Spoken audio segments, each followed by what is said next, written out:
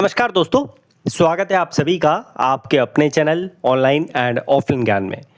तो भाई बीएल आप लोग जानते हैं पीछे 3 यूनिट से आप लोगों के लिए नौकरी निकाल चुका है और यह चौथी यूनिट है आप लोगों के लिए जहां से बीएल ने आप लोगों के लिए नौकरी निकाली है। दोनों को मौका दे रहा है बीएल, आईटीआई वाले बच्चों को भी और डिप्लोमा वाले बच्चों को भी। लेकिन शर्त यह है कि अगर आप आईटीआई बेस पे फॉर्म फिल करना चाहते हैं तो आपके पास अप्रेंटिस होना ज़रूरी है।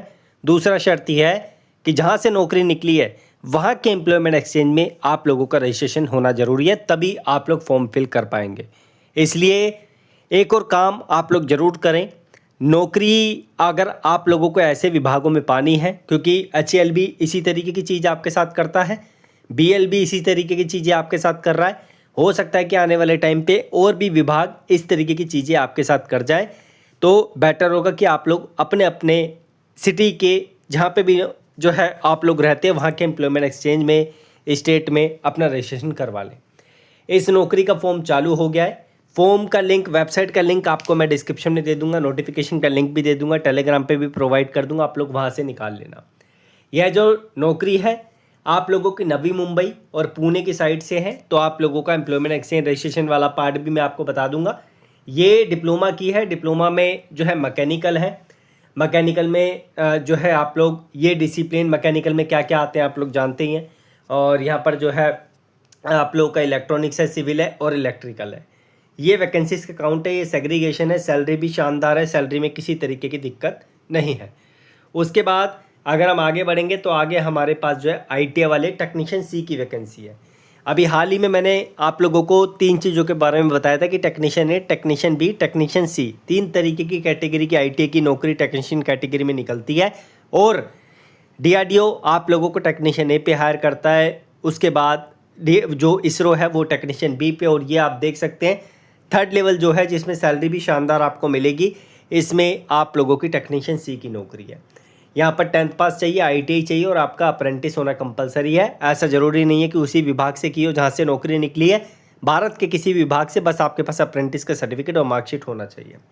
फिटर, मशीनिस्ट, इलेक्ट्रिशियन 3 ट्रेड को इन्होंने यहाँ पर मौका दिया है। इलेक्ट्रॉनिक मैकेनिक को इसमें नहीं दिया है आईटीआई में। वैकेंसी का काउंट कम है लेकिन अलग अलग यूनिट से निकाल रहे हैं, तो बेटर है कि आप लोगों को अलग अलग जगहों पर नौकरी देखने को मिल रही है। एज की बात करें तो दोनों कैटेगरी में 28 साल मैक्सिमम एज है, मिनिमम 18। 1/10/2025 के बेस पे आपकी एज कैलकुलेट की जा रही है। उसके बाद SC ST OBC को जो रिलैक्सेशन मिलता है वो मिलेगा। ठीक है, तो ये सारी चीज़ें हैं। उसके बाद यहाँ पर जो है इम्पोर्टेंट चीज़ भी है आप लोगों की, जो रजिस्ट्रेशन वाला पार्ट मैंने आपको बताया था कि यहाँ पर रजिस्ट्रेशन होना जरूरी है। तो आप देख सकते हैं महाराष्ट्र स्टेट एम्प्लॉयमेंट एक्सचेंज में आपका रजिस्ट्रेशन होना चाहिए, तब जाके आप फॉर्म फिल कर पाएंगे, वो भी 16/11/2025 तक। अगर इससे पहले है बेटर है, इसके बाद है तो वो वैलिड नहीं माना जाएगा। इस डेट तक आपका एक्टिव होना चाहिए। सिलेक्शन इसमें Tier 1 आप लोगों का एग्ज़ाम होगा, आप लोगों को क्रैक करना पड़ेगा, जो पुणे और नवी मुंबई में ही आप लोगों का होगा।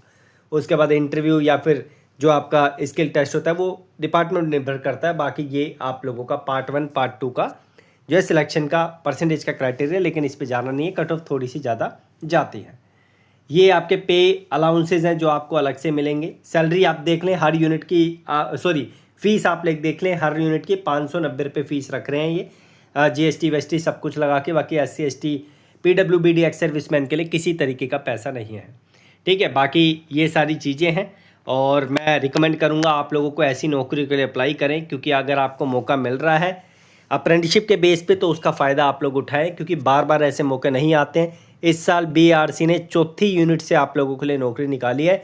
इट मीन्स कि और भी यूनिट आप लोगों के लिए कवर करेगा, इसलिए बेटर है अगर आपने ITI किया है तो अपने आपका रजिस्ट्रेशन आप लोग एम्प्लॉयमेंट एक्सचेंज में करवा लें अपने स्टेट के। जैसे यूपी के हैं, यूपी में जैसे गाजियाबाद की वैकेंसी निकली थी उसमें यूपी के बच्चों को मांगा था, रजिस्ट्रेशन होने ज़रूरी है।